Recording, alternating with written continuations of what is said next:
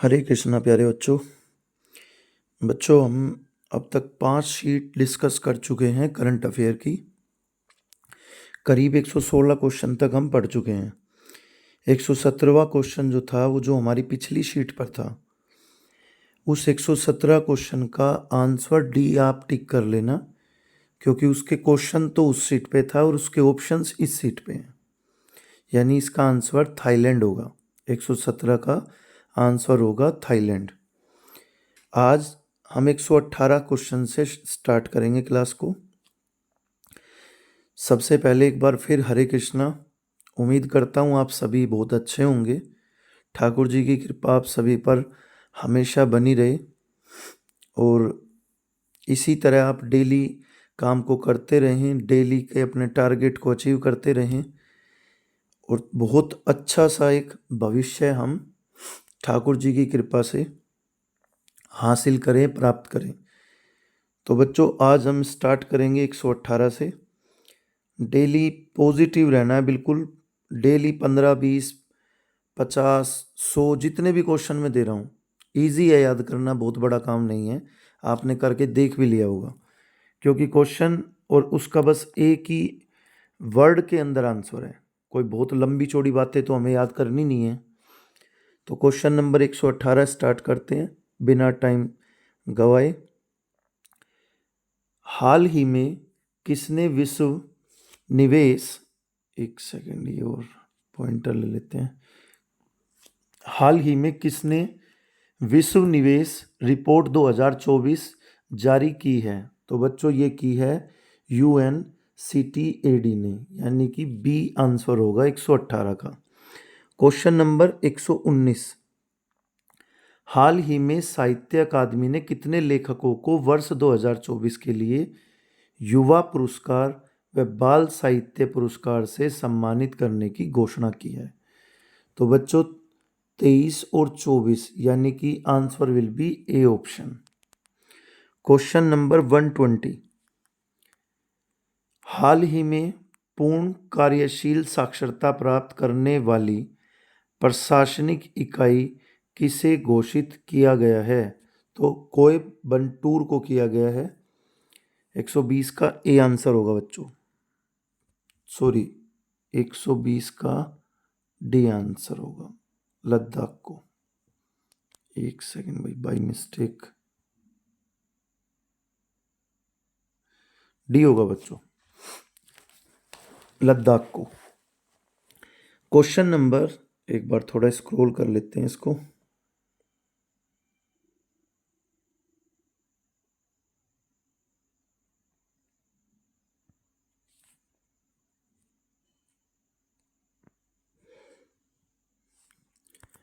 Question number 121। हाल ही में खबरों में रही नेट्रॉन झील किस देश में स्थित है? तो बच्चों तंजानिया में है, फेमस है काफ़ी, तंजानिया में है। वैसे झीलों का देश फिनलैंड को कहा जाता है। अगर कभी क्वेश्चन आ जाए झीलों का देश किसे कहा जाएगा, तो फिनलैंड को। फिनलैंड वो देश है जहाँ की नोकिया कंपनी थी। फिनलैंड में बहुत छोटा देश है, लेकिन जिस हिसाब से उसका क्षेत्रफल है उस हिसाब से उसमें झीलें बहुत ज़्यादा हैं। तो ये बात भी नोट डाउन कर लेना, झीलों का देश कहा जाने वाला देश का क्या नाम है? फिनलैंड। फिलहाल यहाँ पे बात करें तो नेट्रॉन झील की बात करें तो तंजानिया आंसर होगा। Question number 122। 18वीं लोकसभा से क्वेश्चन बार बार आ रहे हैं, आप देख रहे होगे, इससे पहले भी बता चुका हूँ। तो देखिए 18वीं लोकसभा का पहला सत्र किस तिथि को शुरू हुआ? तो पहला जो सत्र स्टार्ट हुआ है बच्चों, वो हुआ 24 जून 2024 को। 24 जून 2024 को। और 18वीं लोकसभा का अध्यक्ष के रूप में दूसरी बार शपथ किसने ली है? हम पढ़ चुके थे, ओम बिरला जी ने। जब कोई क्वेश्चन आपको रिपीटेड मिले तो उसकी पिछली बात भी साथ साथ याद कर लिया करो, रिमाइंड कर लिया करो, हमने पिछला क्या पढ़ा था, इसी तरह के क्वेश्चन से। तो क्वेश्चन नंबर 123 पे आ गए हम। भारत ने हाल ही में किस देश के नागरिकों के लिए ई मेडिकल वीज़ा सुविधा शुरू करने की घोषणा की है? तो हमारा पड़ोसी देश, जिसका क्षेत्रफल हमारे सभी पड़ोसी देशों में सबसे ज़्यादा है, मैं बात कर रहा हूँ बांग्लादेश की, जिसका क्षेत्रफल आपको पता होना चाहिए सॉरी क्षेत्रफल नहीं, जिसकी सीमा हमसे सबसे ज़्यादा साझा करती है, जिसकी बॉर्डर लाइन, जिसकी सीमा 4096 भारत के साथ लगती है। तो भारत के सभी पड़ोसी देश हैं ये, सामने आ ही गए हैं, तो एक छोटा सा डिस्कशन कर लेते हैं। नेपाल की सीमा भारत के साथ 753 किलोमीटर लगती है। श्रीलंका की कोई सीमा नहीं लगती है, आपको पता है, मैंने कल परसों भी ये शीट में डिस्कस की थी। ये समुद्री सीमा वाला हमारा एक पड़ोसी देश है, ये स्थलीय सीमा से नहीं जुड़ा हुआ है, तो हम श्रीलंका की बात नहीं कर सकते। बात करें भूटान की तो 699 किलोमीटर सीमा साझा करता है, और बात करें बांग्लादेश की तो 4096 4096 किलोमीटर, जो कि सबसे ज़्यादा है पड़ोसी देशों में। क्वेश्चन नंबर 124, क्वेश्चन नंबर 124 है, विश्व शिल्प परिषद ने हाल ही में किस भारतीय शहर को आधिकारिक तौर पर विश्व शिल्प शहर के रूप में मान्यता दी है? वेरी वेरी इंपॉर्टेंट क्वेश्चन बच्चों। श्रीनगर को ये मान्यता प्राप्त हुई है, विश्व शिल्प शहर की, श्रीनगर को। तो 124 तक समझ आ गया होगा। इससे आगे बढ़ते हैं बच्चों 125 पे।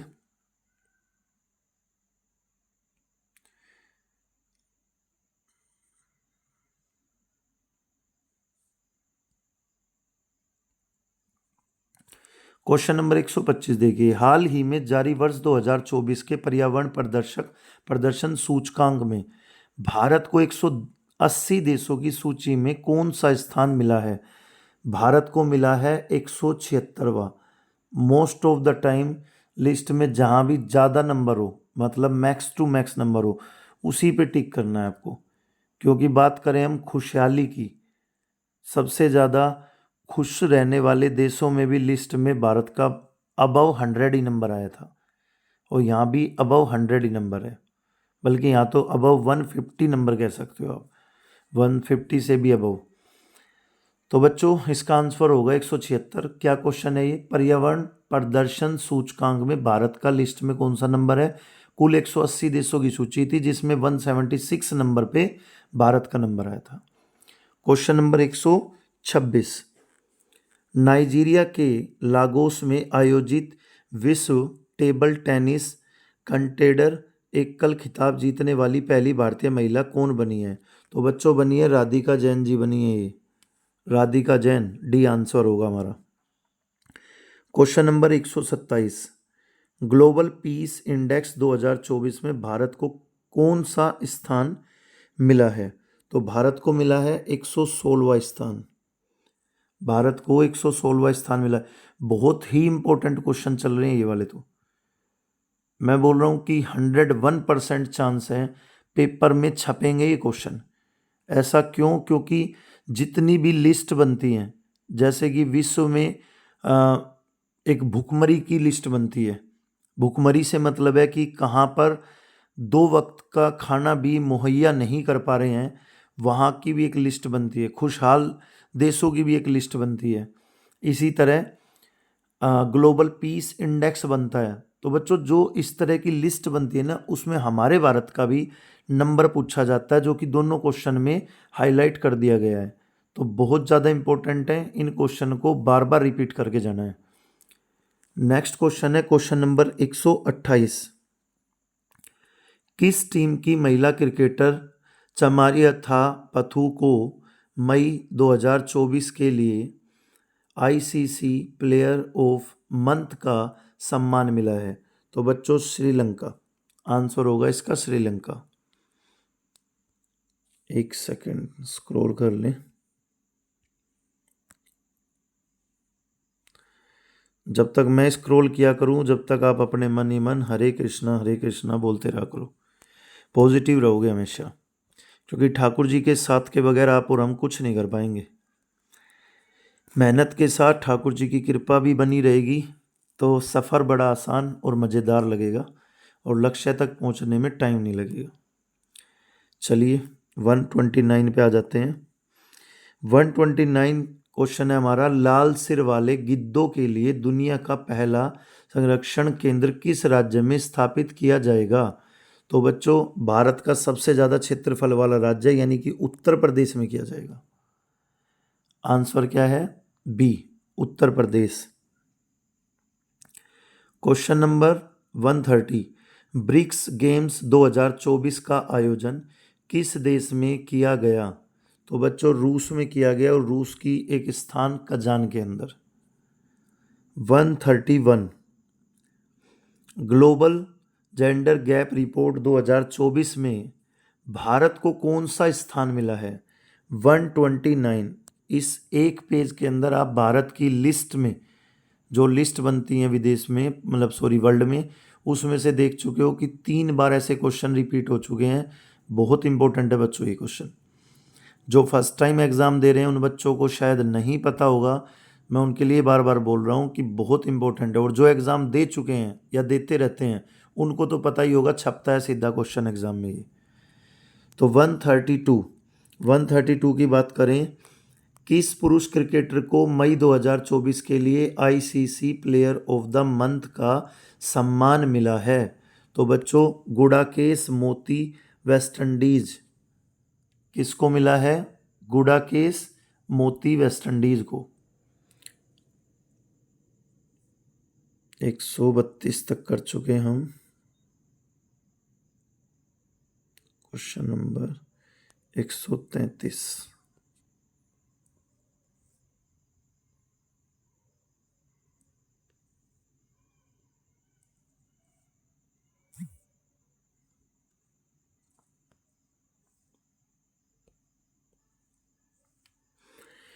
चलिए भाई, क्वेश्चन नंबर 133 की बात करेंगे अब, यानी 133। चंद्रबाबू नायडू कौन सी बार आंध्र प्रदेश के मुख्यमंत्री बने हैं? तो बच्चों ये नाम बहुत फेमस रहा है आंध्र प्रदेश के साथ। तो बच्चों चौथी बार बने हैं, चौथी बार। अगर आप थोड़ी बहुत भी न्यूज़ सुनते रहते हो या अखबार पढ़ते हो तो ये कोई क्वेश्चन था ही नहीं। ये बात तो डेली रूटीन में अखबारों में छपती है कि किस राज्य में किस मुख्यमंत्री ने शपथ ली, किस राज्य में किस मुख्यमंत्री की सरकार है, किस पार्टी की सरकार है। ये तो क्वेश्चन आपको बेसिक नॉर्मली न्यूज़पेपर में मिल जाएंगे। तो ये तो हमें डेली की जो न्यूज़ सुनते हैं ना उनसे भी पता चल जाती हैं। ये बहुत ज़्यादा इम्पोर्टेंट न्यूज़ नहीं कह सकते आप इसको, बस नॉर्मल न्यूज़ है। 134 की बात करते हैं। किस टेनिस खिलाड़ी ने फ्रेंच ओपन 2024 में महिला एकल का खिताब जीता है? तो बच्चों खिताब जीता है ईगा स्विएटेक ने। 134 का बी आंसर होगा। 135, पीएम नरेंद्र मोदी किस शहर में अंतर्राष्ट्रीय योग दिवस 2024 के तहत कार्यक्रम में भाग लिया? तो बच्चों इसका आंसर होगा श्रीनगर, यानी जम्मू की राजधानी श्रीनगर। 136 पे क्वेश्चन है, संयुक्त राष्ट्र की किस संस्था ने ब्रिटिश अभिनेता थियो जेम्स को ग्लोबल गुडविल एम्बेसडर नियुक्त किया है? तो यूएनएचसीआर ने 136 का आंसर होगा हमारा बी। क्वेश्चन नंबर 137 से 140 तक है यहाँ पर।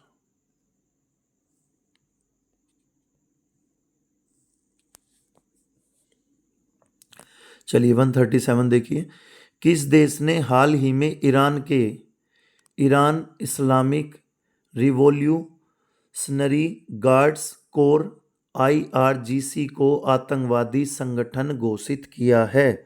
तो बच्चों आंसर होगा कनाडा को, आंसर होगा कनाडा। 138, किस टेनिस खिलाड़ी ने फ्रेंच ओपन 2024 में पुरुष एकल का खिताब जीता है?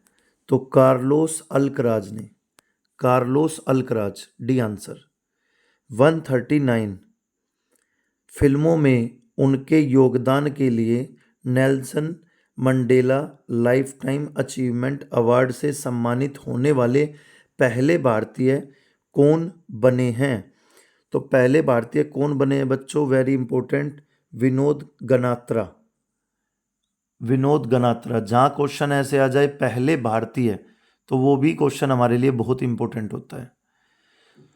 तो बच्चों यहाँ पे हमने डिस्कस किए 139 तक, 139 तक क्वेश्चन मैं करा चुका हूँ।